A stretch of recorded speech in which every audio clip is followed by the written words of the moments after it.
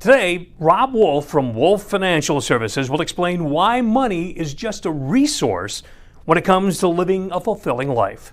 So let's go find out why. So Rob, thanks for joining us today. Some financial advisors are driven by the bottom line, we all know. But I love how you are so totally focused, both you and your team, on helping your clients to determine where they want to go in life and then how to get there, rather than spending time counting dollars and cents. So talk a little bit about Wolf Financial Services and those critical relationships that you work on all the time. Thanks, Pat. Appreciate the opportunity to be here. And we have a process that we take our clients through. We call it the Signet 360. And the process starts with what we call our FIT meeting, where we just sit down with clients or potential clients and we hear what they have to say. What is their story? What is important to them, such as for many of our clients, their family and the objectives surrounding their family is really important. Their occupation optional lifestyle. Hopefully everyone's in a position where they love what they do, but they may not want to do it for the rest of their life. So how do we get them to that point where they have that occupation optional lifestyle that they're looking for? And then of course, what are our recreational pursuits? What is it that we love doing? Exactly. And what are our passions? And all those things are driven by money in some way. But until we find out what it is that you desire in life, will dictate what we end up suggesting you do with your money. And speaking of money, it really kind of all harkens back to our formative years for each and every one of us and the resources we either had or didn't have when we were growing up.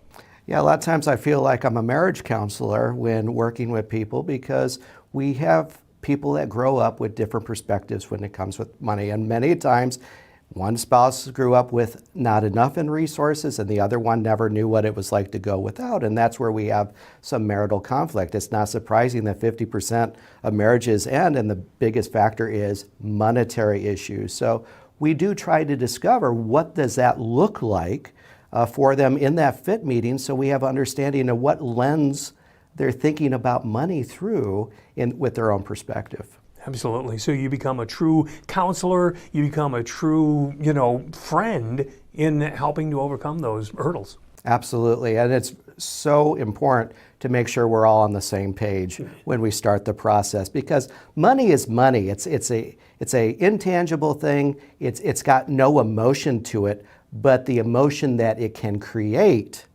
needs to be addressed right off the bat. And your process helps to remove those unknown factors which can, as you said, be intimidating, especially for those who feel that asking for financial advice is a sign of weakness, or not unlike somebody who asks, can I have a therapist in my life? How do you arrive at that aha moment for folks when they realize it's okay to ask for help? It's not only okay, but you really should. If I'm trying to build my own house, there's no way I'm going to be able to do that on my own. I have to seek the counsel of someone that's what they do for a living. I would expect the same thing of others that are in the construction business that don't handle money to seek somebody like myself to help them.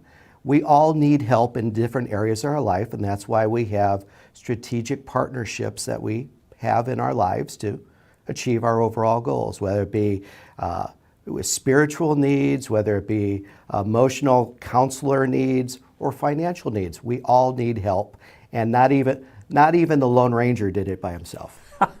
Excellent point. And the thing I love is that you become friends for life with the people that you're working with. Absolutely. We are relationship based.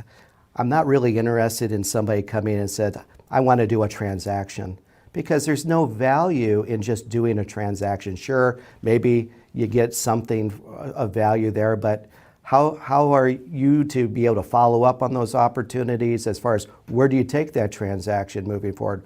Well, if something changes in your life where that transaction isn't necessarily in your best interest anymore, when you have a relationship-based strategy, regardless of what curveballs are thrown in your life, we know that we'll be able to make small course corrections to make sure that we're always going in the right direction. I love that. Small course corrections rather than, let's oversteer this thing.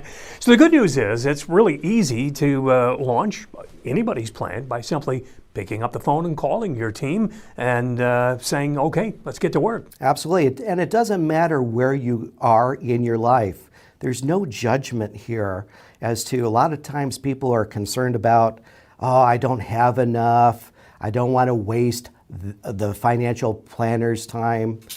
For us, if you're serious about wanting to make changes, you're serious about wanting to do the best thing for you and your family, we're always interested in talking with you, regardless of what you have, because we all have to start somewhere.